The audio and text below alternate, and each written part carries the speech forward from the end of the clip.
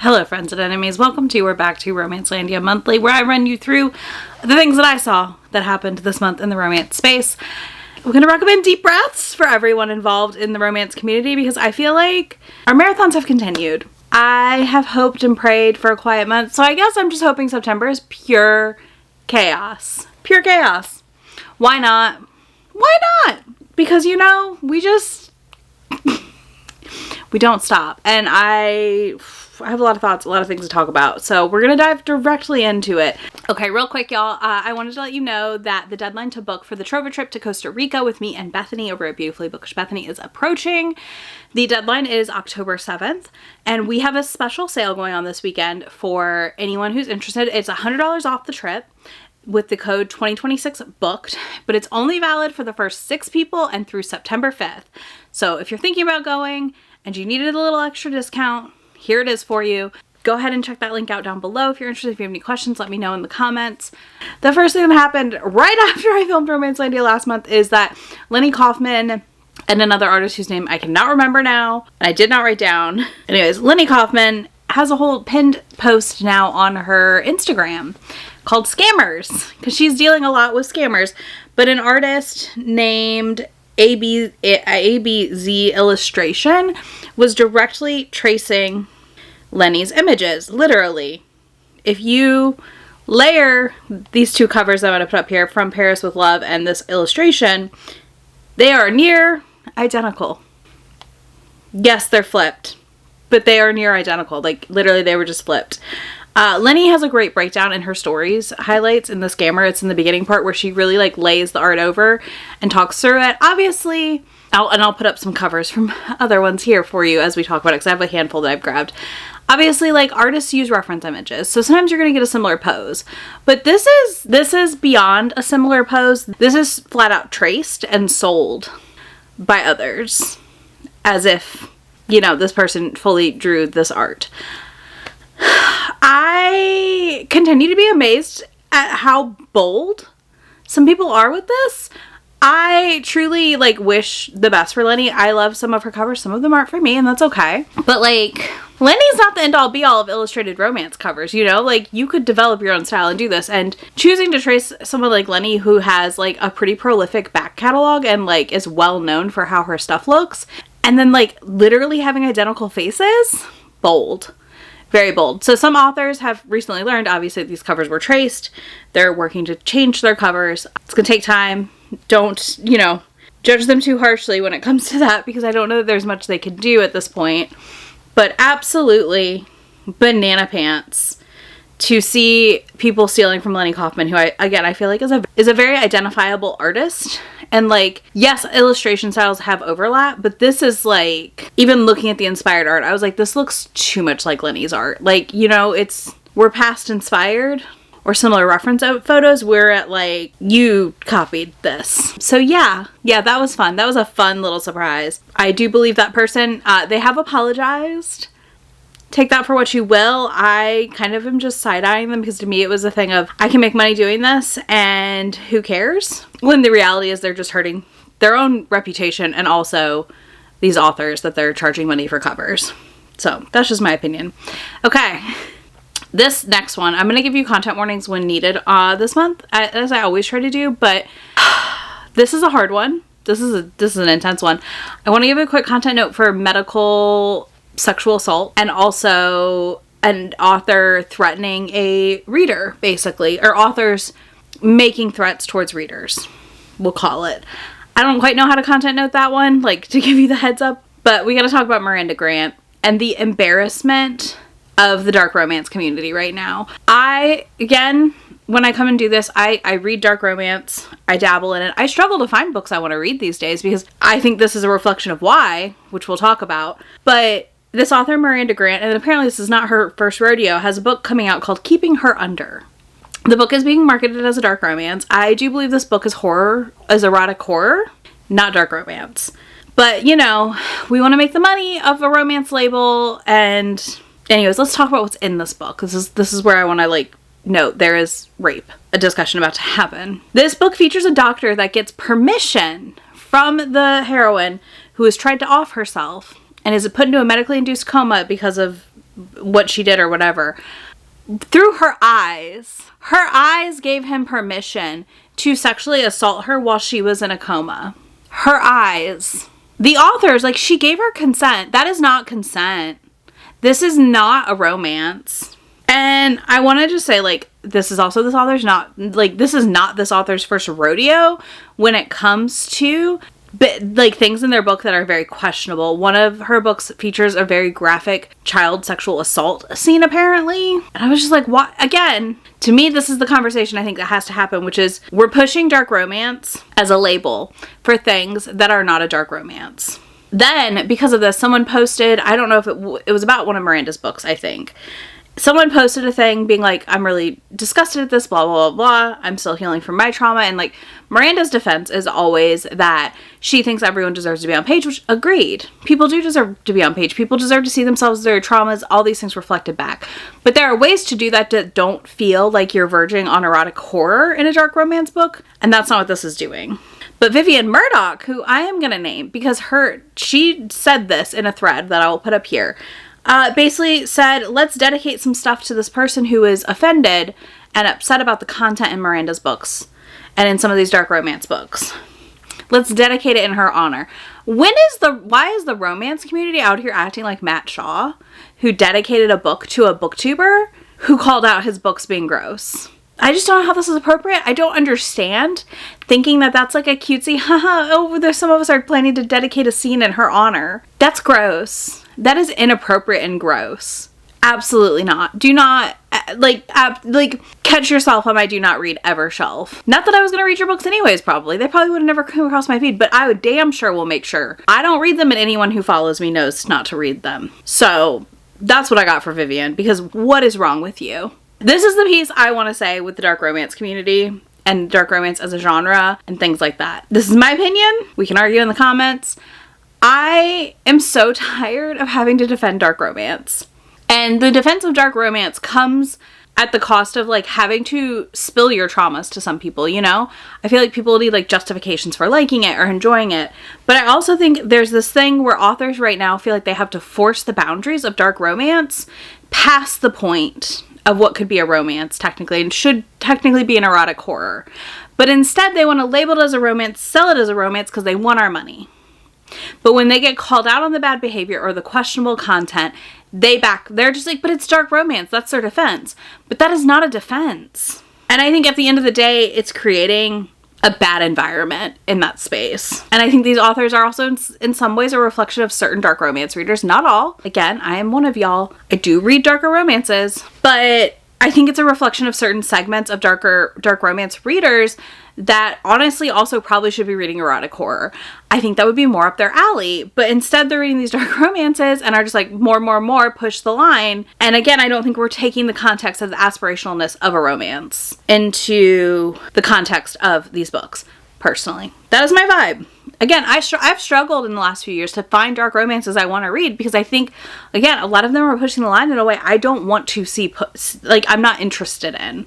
It's the same thing where I think there's this lack of wanting to properly capture content warnings and content notes for some of these books because, oh no, then you'll be spoiled, is how some people feel, right? But I don't feel like people can go in with the right expectations when you don't also properly warn ahead of time about some of these things. And I know Katie posted, I'll put it up here, a graphic with like a chart for like dark romance and erotic horror. And, you know, I just think there would be a lot less issue if we maybe were labeling things better. Erotic horror does not require an HEA. Like, the erotic elements often increase the horror. Like, and then, you know, horror romance where, like, the romance is horror or it's traditional horror with a romance type elements. And then dark romance, like, main characters to be redeemable. And we are losing the plot on that redeemability. And it is driving me up a wall. Absolutely driving me up a wall watching this happen. Like, it's just not... I don't believe everything has to fit perfectly in a box, but I do believe we are leaving the box that has been created, so to speak. Okay, let's talk about a quick, like, somebody stole something from someone else situation. If you're on TikTok, you would have seen this. Love Corinne Marie made these really cute, like very, very cute. They're a bookmark that's attached to a purse strap, right? The Black creator, Black owner business is fantastic. I'm going to put a little picture of it right here for y'all. These are so, so cool, right? Well, Shelly Bean Reads literally stole the entire design, the entire setup, and the marketing, which I think is just wildly bold at the end of the day. Because literally, like, Corinne would put a post up with like a certain stand, and then a week later, Shelly would have the same stand. Corinne gifted it to her favorite author. Shelly did the same. Like, it's very strange, and I don't love to see it. But it just points out that, like, things happen all around the bookish space. This came up on my feed because Corinne is a romance reader, and obviously, like, I was just horrified. So if you're interested in something, this is something you would use, definitely check it out. I think it's a really cool idea. I don't read physical books enough for it to be, like, make sense for me, but, like, I don't know, that it's tempting. Another content note, I'm trying to mix in some, like, happy things, kind of, / less intense things, because we're right back at it. We're going to talk about Sinners and Stardust, an event that has me mortified, to say the least. An event I wanted to attend, honestly. I thought Sinners and Stardust looked pretty fun for the most part, and had a lot of authors usually attending that I really do like. This event happened in Boston during August, and there was a host of consent issues with attendees. I don't know that I've ever been more horrified as I saw some vague posts, which was fair. No shade to the vague posts at all. Like, I understand. And then kept seeing more things. And I just want to remind everybody here, if you are attending a romance event, our grasp of consent should be pretty good here, okay? Like, that should not... We are adults. We should understand consent. Consent is not a hard thing to grasp. And this was just horrifying. I was traumatized reading some of this, okay? So I'm going to give you the note here. I'm about to talk about the things that went down here. I do have some photos. They are blurred, some of the things in the photos. I'm going to give you a really high level breakdown, and then I just think I don't even know. So one of the things that happened is that Animus, musician or something, was a guest of one of the authors. I cannot remember who. H.G. Carlton, I think. So he was a guest. He had, like, body paint on that would not move without, like, body oils. And he was pulled away from the group he was chatting with and cornered. And basically the body paint on all of his chest and stuff had been smeared around from people just touching him. And then an air tag was placed on him. An air tag that he discovered when he returned to his hotel, which was not the hotel that everyone else was staying at. And what do you mean? What do you mean y'all cornered a man at this event? This isn't the only. I saw people talking that their husbands were there with them. And, like, one of them said, one girl posted that her husband was off to the side taking a break from dancing and had her heels, and women were approaching him. And I got news, y'all. I got news. And I hate to tell y'all this, but we need a reality check. If you are at a romance event, and I'm not saying men don't read romance and male presenting people don't read romance. I'm not saying that. If you are at a romance event, do not approach anyone. That's just weird. Don't approach people at a romance event like that. That is not the place. It's just not. And if they're holding someone's heels, I would just not. Like, I don't know. And he kept telling them he was married and stuff. They were like, whatever. But I'm still like, respect people's boundaries. But two, just like, stop being weird. Lee Rivers, an author attending, was dragged away from her friends and repeatedly groped. Weird. Again, authors are not. Authors, models, anyone at these events that is, and attendees as well, but I'm saying, like, the people you are attending the event to see are not there just for your entertainment, okay? You have to respect their boundaries. You have to respect consent. You should not grab people and drag them out to things. That is weird behavior. And I don't understand thinking that you can do that at a ball. Because that's when this was happening, was at, like, the Saturday night party. And then people are now going to complain. I will say this. People are going to complain now. Because authors are going to have their own space. And attendees and, like, PAs and all that are going to have a spot to hang at these events now. That is not part of the general public. And that is going to piss some readers off. Because they think buying a ticket to these events is guaranteed access to whatever they want, I guess. And I just don't understand that concept. Could not be me. But if it could be you or you feel that way, I think you really need to reevaluate things. The other fun thing, not so fun, also horrified, a girl was in her fairy dress costume situation and had a strap-on on. And this is like part 2 of the conversation. She was just flashing people her strap-on. That's not okay. Flat out, like a bookish event, even if it's dark romance based, because I saw people be like, oh, it's a dark romance event. What do you expect? What? No, it is not implied consent. There is no implied consent in public. You are not in a space that has implied consent. What do you mean you are walking around flashing people? This photo I'm putting up is from the photographer at the event, by the way. Your strap on. What do you mean? You felt like this was appropriate.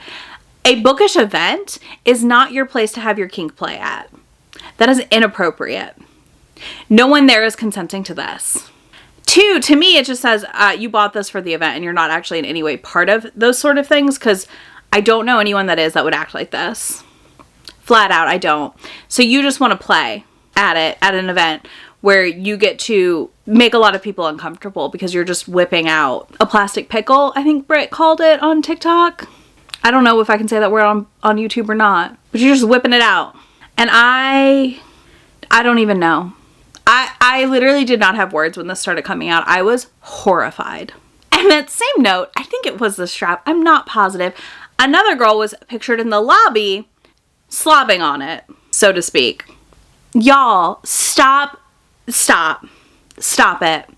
I am mortified to be a part of the bookish community at times, to be in the bookish, no, you're not in community with me, but to be in the bookish space, I am mortified. Mortified. What is going on? I do not understand how we can think this was okay or appropriate in any capacity. I do not care how inebriated you were or what made you, like, I do not understand how you could think this was okay. I am so confused. Again, same thing though, as I've watched people try and victim blame or get mad that they don't want to press charges. One of the Animus was like, he can't identify the people. It was dark and it was too many people for him to identify them properly. He's not going to press charges. And people are like being weird and victim blamey. No, absolutely not. This was inappropriate. It does not matter what the outcome is. It's still not okay. And then I saw people blaming the fact that like sex workers were at this event and then that it's like dark romance readers. What do you expect? And I just want to say, again, none of that excuses the behavior or makes it okay or expected or implied as a thing that you're going to witness. I went to the first year of Steamulet where we were given toys at the event. Absolutely no one showed up at the party flinging anything around, wearing any of that. And that was an event that had people selling, like companies selling direct to us at the event, toys. So I don't understand what made people think this was okay. Obviously, this Sinners and Stardust failed the attendees this year. At the end of the day, I don't understand how nobody saw this happening and stopped it. I wasn't there, so I cannot attest to any of it. I rarely go to the parties, to be honest with you. And this just reaffirmed my thing of like, I'm so glad I didn't buy tickets to do the parties at Villains and Vixens, even though obviously every single event has come out with a statement post this, and including Sinners and Stardust, about what happened and adjusting how things are run. But I don't understand the boldness here. And these are things that could get you arrested at the end of the day. Obviously, a book event is not consent to assault people. And yes, it was assault. But yeah, a lot of events have implemented no more dick-shaped things, no more toys to be sold at tables. Some authors would have different things for sale. Color systems for touching or hugging, an immediate removal for actions. Things like that have been implemented at various events now that are still happening the rest of this year in response to what just happened at Sinners and Stardust. And when I say, like, I love romance as a space, right? I love Romancelandia. I think we can do so much, and we have done so much as a community. There's so much work this community has put in the internet space, and then people come in and do this, and we just look the fool because they just miss the point, you know? And it's embarrassing. It's horrifying. I don't even have words for how upset I am to see someone do this at an event and to think it was okay. Obviously, I did not tag names. I'm not going to. They've changed their username a couple times now. This is just hopefully these events find out their name and they're on the banned list, because they should never be allowed at another event. Some of these people that have been, like, identified. Okay, so let's talk about other events besides Sinners and Stardust. How about that? Let's talk about some other events. So, first of all, Unalive Promotions, Black Hearts Festival. A bunch of authors started pulling out because they hadn't paid the Hilton it was going to be at. And then there was discussion of another event they hosted that also was terrible, like Pages and Potions or something. So my heads up to y'all is, if it's an Unalive promotion event, don't. Just don't go, because it sounds like a bad time. They sound like a red flag, don't attend event to me. So do keep that in mind. RomanceCon, happening in Milwaukee next weekend, was donating people's tables who did not agree to donate their tables to non-binary and trans authors. I do believe, last I checked, there are under 35 or 36 authors total attending. There is a bookstore leading an event, The Well-Read Damsel, in Milwaukee that weekend that is free. If you got tickets and you aren't going to go to RomanceCon, but you're still going on the trip, probably check that out. Kind of wild. Curious to report back next month on how RomanceCon went.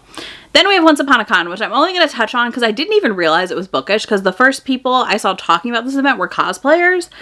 So this one was also at the Gaylord in National Harbor. I think that's what it's called.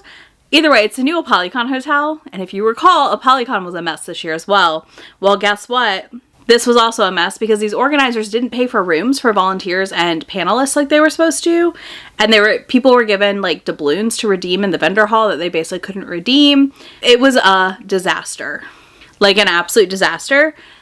I'm going to give you my warning right now. I don't think I would attend an event at that Gaylord in the DC area, personally. I think that hotel is bad news. We have had 2 now in a year that did not go well there. So I'm just going to caveat here and say perhaps this event venue is a little bit cursed. All right, let's talk about a delightful author crash out, because we need something funny. Nora Cecil, basically... This was so funny. I'm sorry. I should not laugh, but this is the funniest thing ever. Obviously, I'm going to put up screenshots, but basically, an ARC reviewer did not like the book and said so in the review. So the author took to replying to this person's review, mistake number 1, and then dramatically posted that she's quitting writing on Instagram after this whole kerfuffle, which I also think is freaking hilarious. But the author also quizzed a reader on Threads who said that they also read the book, but it was really bad and the other person was not wrong. They put a quiz on Threads, like a poll, for them to answer to prove that they read the book. Ma'am! Collect your belongings and leave. Please quit. Because you cannot handle being an author. Listen, I think it takes a certain kind of author to be able to look at their Goodreads reviews, to be able to read reviews. Or you have to have a friend that collects all the data and gives it to you, right? Those are your 2 choices. That's it, 2 choices. And, what do you mean? You, like, threw a top-tier hissy fit on the internet because an ARC reader didn't like a book. Just take her off your ARC team and move on. Instead, you just put yourself on a ton of people's lists of, like, no thank you. Yeah, I don't know. You make a book, you put it in the world, it belongs to the world to digest and respond to how they like. That's how art works. You don't own it once it's gone. But yeah, this was so funny. Truly, when I was grabbing screenshots and like writing my notes for this video, I was just giggling again. Because what do you mean that this was your response? And then you just got more negative attention by responding like this. Like, stop it. All right, let's talk about one of my nemesises, I guess. I was indifferent on this woman for a long time, but now quickly inching up the list of just, I side-eye it at the bookstore, you know? And that's Tillie Cole. Tillie Cole posted this on Instagram where basically she said, I'm working on getting the Hangman series republished because pirates keep publishing it to Amazon and selling it. And I'm tired of it. And so in response to pirates and piracy of my books and people listing it for sale on Amazon to make money or whatever, I am going to republish these books. This is the series that she pulled down because we had the KKK romance hero with our I believe the love interest was of color, if I recall correctly. I don't remember now. God, it's been ages. I got a whole video about it, y'all, if you're really curious. But anyways, in what world is the response to piracy when you are an author like Tillie Cole, who you know has a direct contact at Amazon? You know she does, y'all. She has a representative who just gets those books pulled down every time it happens. But, you know, she hit a bestseller list again. So why not republish these books? It's been a minute. Nobody remembers. Maybe she's going to fix the problem. I doubt it. I doubt these are getting a rewrite and re-edit. And at the end of the day, to me, it's just her saying, I can make more money if I put them back up. And that is shitty. Again, she's working her way up my list. And no, I will not be giving you the list of all my nemesis authors. You can probably piece it together because they come up enough. But like, yes, she's on the list of people I side-eye when they like are recommending her books. Nobody needs to recommend Tillie Cole. She's popular enough without it. Let's keep it moving, y'all. Now we have Fairydale by Veronica Lancet. This is a book that has maybe not my place to say, blackface in it. But a reader, a fellow white reader, called it out when they read it. But also apparently didn't finish the book, but DNF'd like 600 some pages in. So, okay. Anyways, she made a whole post calling out a lot of the issues with the book that she sees, problems within, blah, blah, blah. So, someone else replied that had read the whole book, was a black person, and said that they didn't agree, and this is why, blah, blah, blah. This is what I've gathered. In Fairydale, our hero is a monster shifter situation, and he changes his appearance to be blonde and blue-eyed. I have blonde and blue-haired here. Blonde-haired and blue-eyed for a lot of the book. So our heroine does not know how he really looks. They have a wedding ceremony where they paint their faces. His is painted black with a red mouth and white eyes, which feels very minstrel makeup-y to me. I don't disagree with that call out. I question it. But then a few pages later, apparently his true form is revealed, and that is his true form. Like he's like a gargoyle black statue, right? Still, like, I don't know. Maybe we could have done, like, dark purple. Like, I feel like we could have switched the color, and it just would have been fine. Like, you know, be a little less minstrel-y and, like, questionable. But we didn't. So, yeah, then it's later revealed that, like, the paint was actually his true form. I got nothing. I'm not gonna read this book. I wasn't gonna read this book anyways. Like, this book was never on my radar, really. But people are having issues with it. Some people aren't. Take it for what you will. I don't know what to tell you. I do understand feeling very uncomfortable with a blonde, blue-eyed man painting themselves like this, because that is red flag. That's the info. That's what I got. I got nothing else. Again, I don't think it's like my thing to comment on either necessarily. I'm just bringing you the information because I do not get to make that judgment call. I need some more readers to weigh in on it, to be honest, before I decide. All right, we have to talk about the Audible situation and the KU update distraction technique that Amazon has launched in the last few days. So Audible improved their payment plans like a year ago or so. They're paying out quicker. It's like a month delay instead of 3. And then they have a new royalty structure they just announced. Is it a bad royalty structure? They're basically, I'm very streamlining this for you. They're penalizing authors for being non-exclusive because they're launching their new Plus catalog. And the Plus catalog, of course, requires exclusivity. So those authors' books, audiobooks, can be nowhere else. Non-exclusive authors' monies get a cut taken when someone buys their book and then also listens to a book in the Plus subscription. That gets split in half, we'll say. So a $14 book, $7 goes to the author they bought the book from, and it's not even $7 actually, because that's not how their royalty rate works. Audible takes 75% off the top of all profits for ebooks. So the numbers I'm giving you are not even the real numbers in the reality of it. So it would basically, they would get half of the money they would normally get, because the rest is going to whoever they listen to in the Plus catalog. So Audible is siphoning money from non-exclusive authors to pay for the authors in the Plus catalog. Y'all, you can't make this up. I have been fighting to finish my Audible catalog and completely move to Libro FM, which will be happening in the next 6 months, guaranteed. First of all, you need to go sign the change.org petition.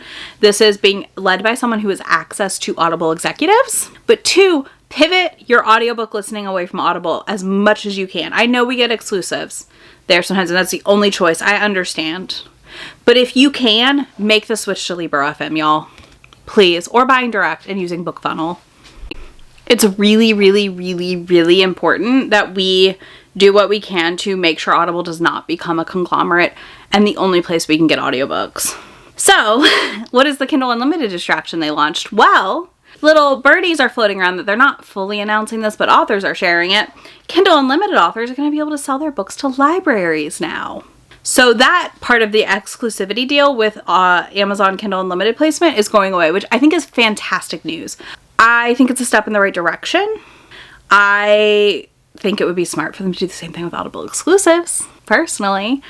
But I know that's not happening because of how Audible controls the ACX market to make audiobooks and stuff. We're not going into it, but there's a lot of reasoning behind why Audible has the grip they have on everything. So I'm really excited though to see authors get to sell their books to libraries and see more indies in from KU in Libby. I think that'll be a fantastic addition for everyone. But again, I think they're trying to distract us a little bit. I'm not gonna lie. Another fun AI call out that I saw, / one of my members sent me, is Shannon Meyer's book, Neverthorn. And book 2, Neverthorn, has a weird AI cover. And Shannon got snippy when people tried to point it out because she was like, no, I have a very close relationship with the designer and they would never. And then the designer said, yeah, I did. I don't know. Here's some close-ups. That reeks of AI. To me, at least. So just a FYI. There's definitely some quirky weirdness going on here with that cover. On the conversation of AI, I procrastinated filming this Romancelandia, and I have never in my life been so happy to procrastinate because I got sent by my friend last night. Was it last night that she sent me this? A Reddit post. A screenshot of a Reddit post from /rromantasy. Perhaps you've seen it, perhaps you haven't, I don't know. But this reader posted, I reviewed this book and I thought it was AI and now the author's suing me. The review's been taken down, so we do not know what book it is. I've yet to find anyone figuring out what book it is. I really want the author to just like walk into the room and be like, it's me. I'm the one suing them. Because just wait. The reviewer talked about why they thought it was AI writing. And I hope y'all are ready for this. It's so good. And I think this is also why I think we have to be careful about how we approach the AI writing stuff somewhat. We have to we have to be cautious on like M dash is equal AI. Like, y'all, it's not that simple. But the things that they said were AI made them sure it was AI. I let out a breath I didn't know I was holding. Padding across the room. Humans don't pad. They walk. Like, unless it's a shift or romance. Which, like, what? Generic actions, like hands through their hair, dragging their hands through their hair, clenching their jaws, arching their eyebrows. You mean expressions? As a reader, reading this, I'm questioning what books this reader has read. And I saw someone use a variation of one of my favorites about this person, which is that they have 2 brain cells fighting for third. And I was like, what do you mean? What do you mean these are like, have you not read any other romances? I have read I Let Out a Breath I Didn't Know I Was Holding so many times I don't even register it anymore. I don't even register the statement. Then it gets better because reviewer admits to pirating the book in the same post because they're a broke college grad student, which, like, fair. Like, not fair to pirate, but like fair being a broke grad student, right? Maybe don't admit that part out loud. As far as the piracy goes, they're also not the first person or the last person I've seen in the last month who like openly admitted to pirating things on a platform, which wild. I mean, don't pirate books, y'all, and like, obviously, but I'm just saying, like, I think it's weird seeing people like full face admit these things sometimes. And then they admitted to feeding the book through AI. So they thought the book was AI written, thus they put it into an AI thing to tell them if it was AI written or not. So no matter what, like, the author has obviously sued them for, God knows, defamation, illegally putting their work through AI, possibly. I would love to see the case. One of my members would also love to see the case. But, like, they also were like, I'm broke, and I need to know if they're actually authors who are suing over this. all the lawyers she's found charged for consultations, and it's like, most people charge to do their job. That's normal. I want to know what book this is so badly. But also, what do you mean that was what made you think it was AI written? What have you read? Lord, help us all. Because nope. I was just cackling last night reading the thread, just all of it. That was so funny. Like, I feel terrible that this person's getting sued, but like, what do you mean? Your thought was to put the book through an AI to check if it was written by AI or not. Wild. Absolutely wild. Absolutely wild. Another thing I want to note here is I think this plays into some of the like first culture we see, where people want to like be the first to call something out, be the first to post a thing, be the first to do the thing. And sometimes we gotta reel it in a little bit. Be careful of the things we state. You can say, I think a book was AI. You cannot say this book is AI. You know, like, there's lines of how you can say the statement to like not get sued. But also, don't put authors' books into AI to find out if they're AI or not like that. No. That's just, like, wrong. Like, I don't know how else to put it. But yeah, I just feel like this urge to, like, drag a thing sometimes and be the first to drag a thing or to, like, call a thing out for a problem comes to play with this a little bit. But obviously also, maybe not, because this person has deleted the review, so I have no clue what book it is. Anyways, that was a fun time. Now, like, I feel bad they're getting sued, but I also just, like, I need their noggin to work a little better sometimes. Some positive stuff, and then I'm going to close you out with a little fun ASMR clip, I think. So, Navessa Allen did announce the next book in her series, and it's called Game On. We did also get a lot of fun clips from Lily Reinhart this month, so on TikTok and probably Instagram as well, for The Love Hypothesis and them on set at The Love Hypothesis. And I've got to say, the guy they cast for Adam, I feel like is perfection. So there's that. But also, like, one of the clips got like 10 million views. Fun times. They also released casting for the Tessa Bailey It Happened One Summer movie. And this is our cast. I read this book before I stopped reading Tessa. And like, I've given up on Tessa but I'm intrigued because I don't know that this is what I would have envisioned, to be honest with you. But I'm also always curious how romance book to movie adaptations turn out, because I feel like they are rarely done well. I'm holding hope for a good Love Hypothesis, but we'll see. And I would love to take your thoughts on this casting as well, because I'm just like, I feel like they're too old, because those characters were like 31 and 20 something, like mid to late 20s. You know, that's just my take. But anyways, let me know your thoughts. Now, I give you some Millie ASMR while before my outro plays, because I think we all need a breath this month. A little bit of calm before the chaos of September hits us off. As always, if you're interested in joining my members, that's down below. You do get early access to things like Romancelandia and monthly book clubs and all these fun things that we do in my fantastic Discord. I love everybody in my Discord. They're fantastic. I will have links to everything down below. Send me your 5th most used emoji and enjoy some of Millie snoring. I will see y'all soon.